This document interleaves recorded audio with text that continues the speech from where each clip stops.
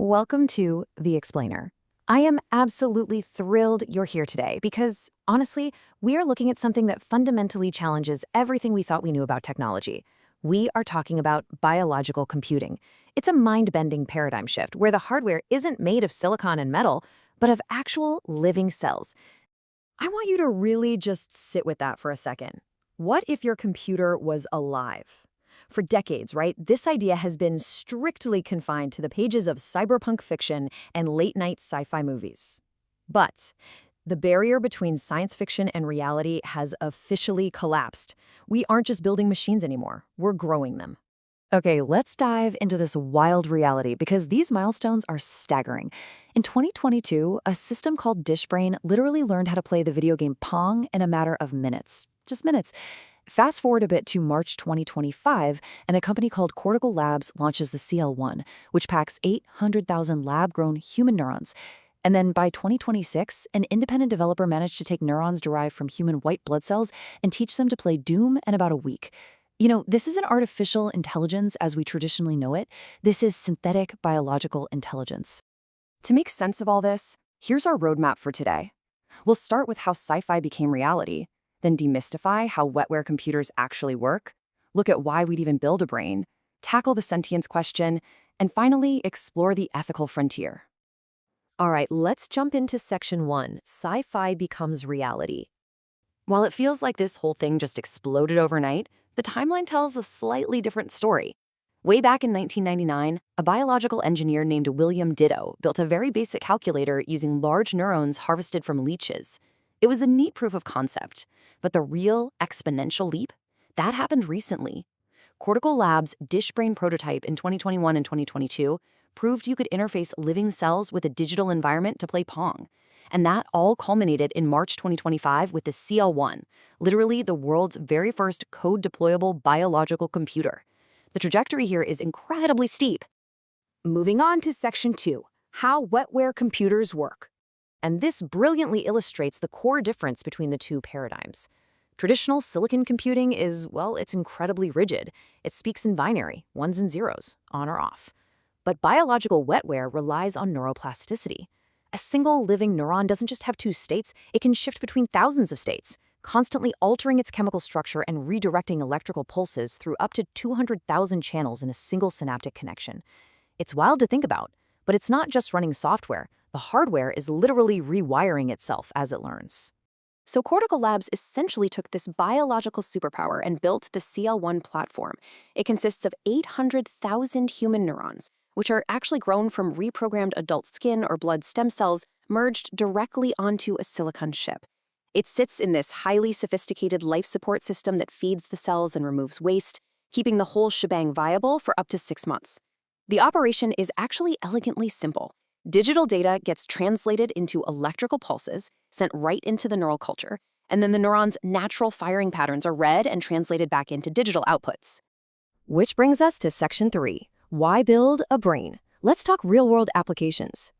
The first massive reason for all of this comes down to just a single number, 850. That is the amount of watts it takes to power a 30-unit CL1 server rack. Compare that to the tens of kilowatts required to power a traditional AI data center.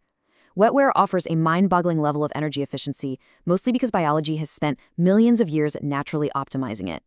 To put that into perspective, we are talking about serious computing power that runs on the energy equivalent of a hairdryer. It's just phenomenal. And the market absolutely sees the potential here. This isn't just some niche science experiment. It's a massive economic frontier. The neuromorphic computing market alone is projected to hit $55.6 billion by 2033, mostly driven by this desperate need for energy-efficient AI. The scientific research tools market is another $14.9 billion. But look at that middle sector, the $15.6 billion drug discovery market. This is where biocomputing could literally save lives. Right now, neuropsychiatric drugs have an agonizing 50 to 60% failure rate in clinical trials. Why? Because testing complex drugs on mice simply doesn't translate perfectly to the human brain. But as Brett Kagan, the chief scientific officer at Cortical Labs, explains, the CL1 allows researchers to test drugs on actual, firing human neural networks in a controlled environment. They've already used it to model things like epilepsy and see exactly how anti-epileptic drugs improve the cell's ability to process information. They are testing actual human brain cell function without needing a human patient. That is a real game changer. All right, let's slow down for section 4, the sentience question. Now, what's really interesting about this slide is how it explains the very mechanism of biological learning. Theoretical neuroscientist Carl Friston champions this concept called the free energy principle. Essentially, this theory proposes that all biological systems, including our brains, naturally seek to minimize surprise. To survive in a highly uncertain world, the brain basically acts like a surfer. It's constantly predicting the wave to stay ahead of the chaotic break. When predictions match reality, everything is stable. When they don't, you get surprise. And that leads directly to active inference. To minimize that surprise, the biological system will actually change its behavior. This is exactly how dish brain learns to play games. The system feeds the neurons unpredictable, chaotic electrical signals when they miss the digital ball, and nice, predictable signals when they hit it. The cells naturally self-organize their firing patterns to hit the ball, simply to avoid the chaotic unpleasure of unpredictable feedback. It is a biological imperative to seek order. Which leads us to our final section, Section 5, the ethical frontier. Let's move, too, and see how this builds into a highly complex, honestly somewhat unsettling philosophical debate. The philosopher Thomas Metzinger actually proposed a global moratorium on creating synthetic phenomenology, which is basically the risk of creating artificial suffering. He laid out 4 strict conditions for a system to suffer.